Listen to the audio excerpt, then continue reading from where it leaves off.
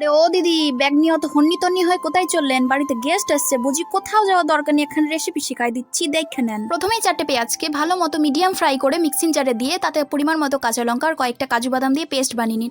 এরপর কিছুটা পরিমাণ পেঁয়াজ কুচিকে বেরেস্তা করে নিন। তারপর যে কটা ডিম লাগবে সে কটা ডিমকে সিদ্ধ করে খোসা ছাড়িয়ে হালকা একটু নুন দিয়ে ভেজে তুলে নিন।